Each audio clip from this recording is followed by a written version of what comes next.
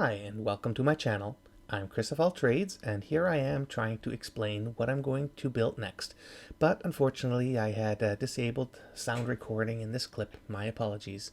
So my plan is to take this piece of metal and turn it into a 12-inch wide rock ripping bucket that I'm going to need to use to dig a trench for my water supply and for digging the hole where my concrete septic tank will eventually sit.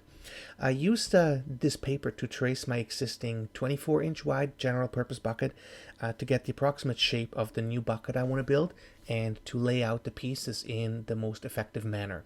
The right side of this big sheet of metal, it's about 1/4 inch thick, will be used to produce the two sides of the bucket, and the left hand side there of that piece of metal will be the bottom and the back of the bucket.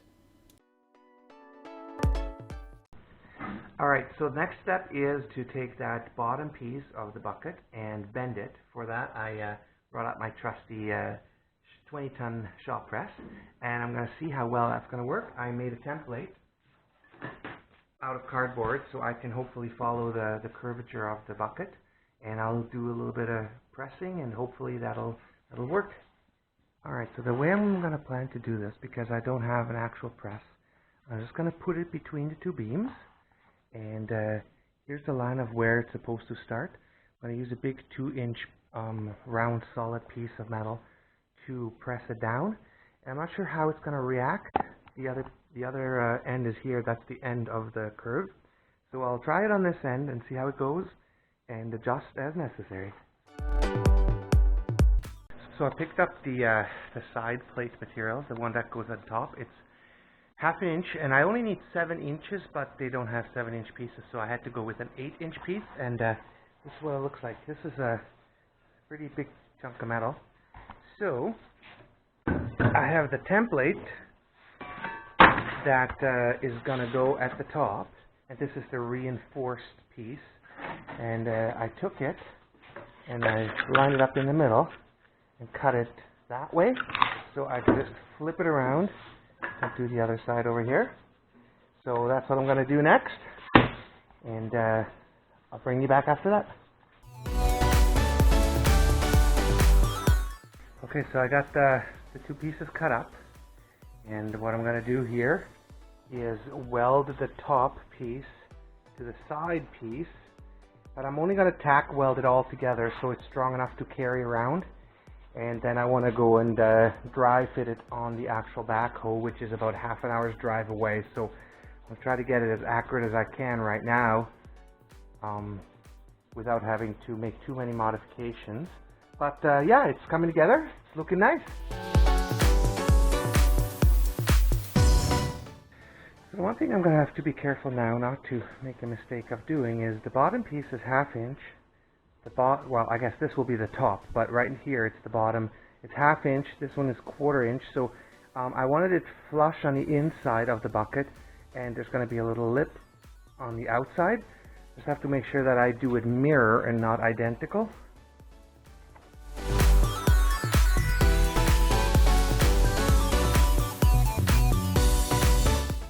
Okay, so after about 10 minutes of grinding this piece, I wanted to take a hardened steel piece to weld it to the front of the soft steel, because that's where the main impact's going to be.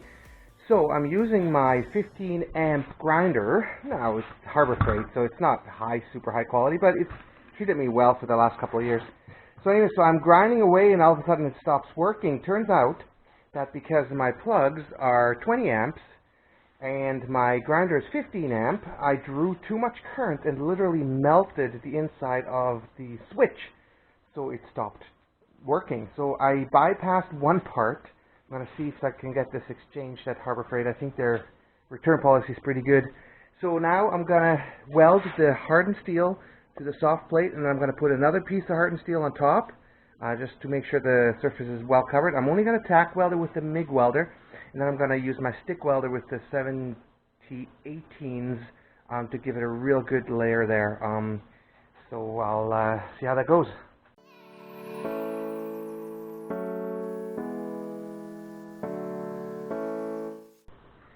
Okay, so here's a quick update. I just put everything together. It's not welded yet. The only thing that's welded is the top piece. These two are welded together, and then these two are welded. Everything else is just sitting there right now.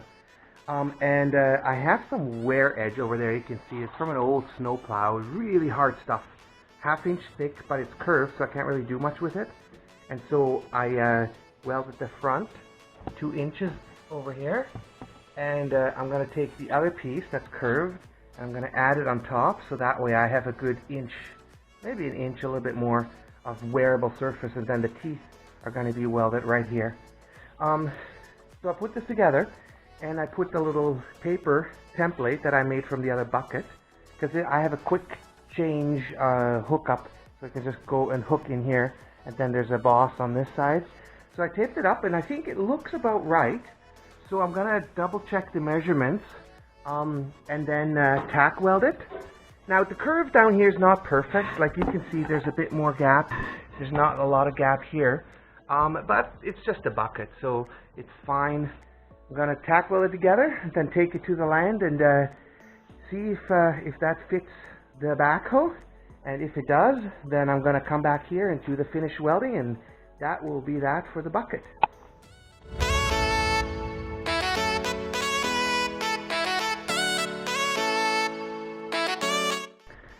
Okay, so I finished tack welding everything, and starting to look like the bucket.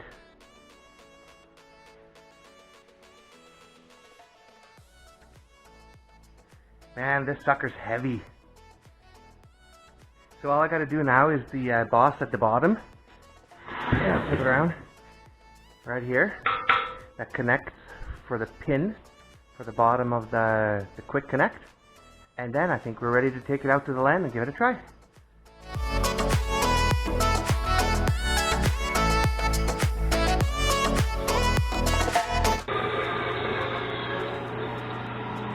So what I got here is a printout of the measurements of what I need. Now the one that's on the backhoe is a bit more fancy. It's a little curved, and there's a round little curve, but I'm just going to make it like this. Still going to serve its purpose, and it's going to work just as well. So I'm going to center punch it, and then I'm going to put it on the lathe and bore and drill and cut out this, I think it's a 3-inch circle. There. I don't have a saw that's this big. Even if I did, I don't think my drill press would be strong enough to do it.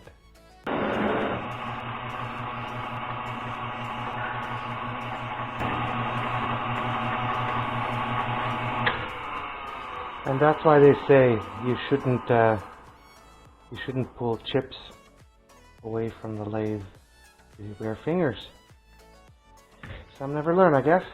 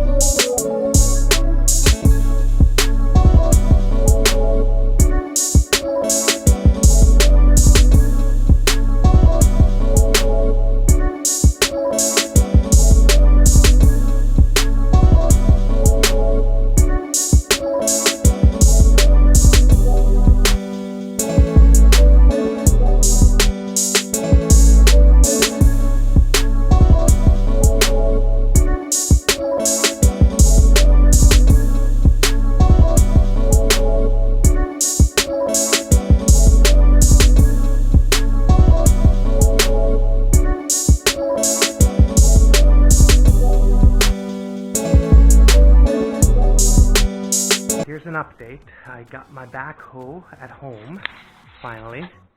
There it is. But it wasn't without any trouble. So it's about an hour's drive from where I had it to where my house is. And I'm driving it, and right as I got downtown, I felt this rattling, and so I pulled over and had a look.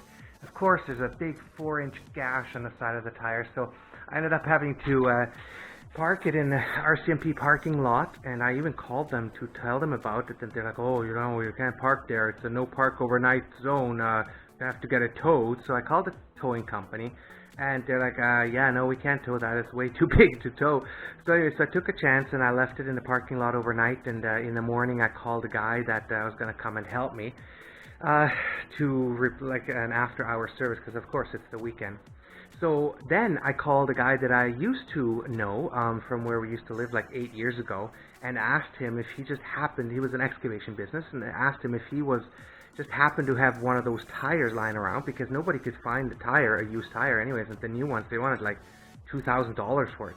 In any case, so yeah, he found one, and I picked it up, 150 bucks, and paid the service guy 160 bucks to put it all on, and I drove it back home.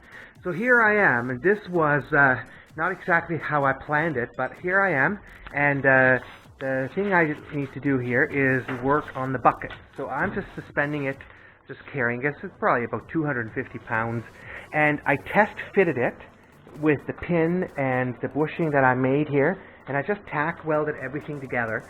So now I'm getting ready to put it on the workbench and go weld it all up and make it all nice and solid, put the teeth at the front, and then I should be good to go. Alright, so the bucket is finally done, and what I remembered is that I actually still have to heat treat the bushing. I use 1045 steel for that, so I can harden it, but I forgot to do it, and I should have while it was still off. So I'm going to have to do it on the bucket. This is what it looks like right now.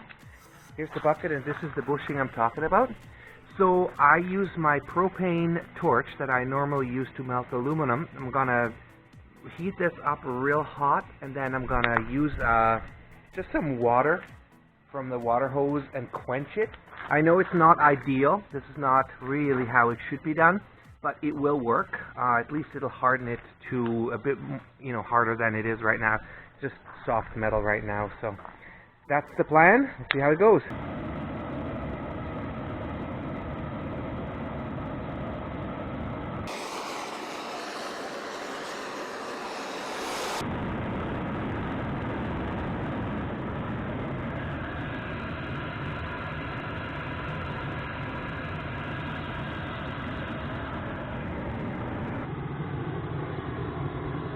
So it's almost ready.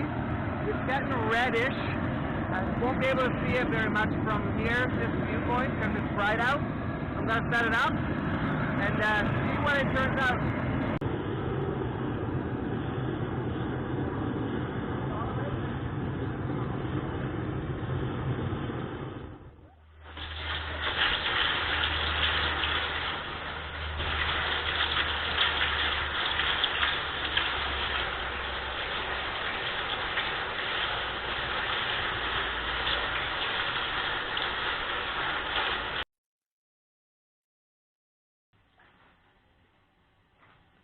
Welded the shanks,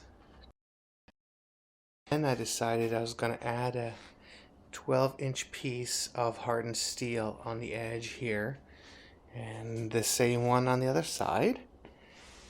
And then to top it off, I put some heavy-duty hardened steel plate at the radius, so when I crack it open, this will be the pivot point. So I am quite pleased with the beast. She looks pretty mean. And tomorrow I think I'm gonna paint it, and then I'm all done.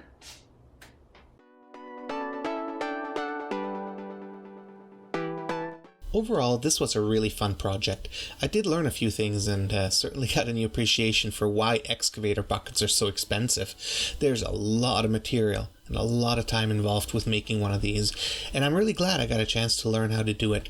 If I ever needed another one, I'd probably still make it myself, but I'd definitely very seriously consider whether it really was necessary.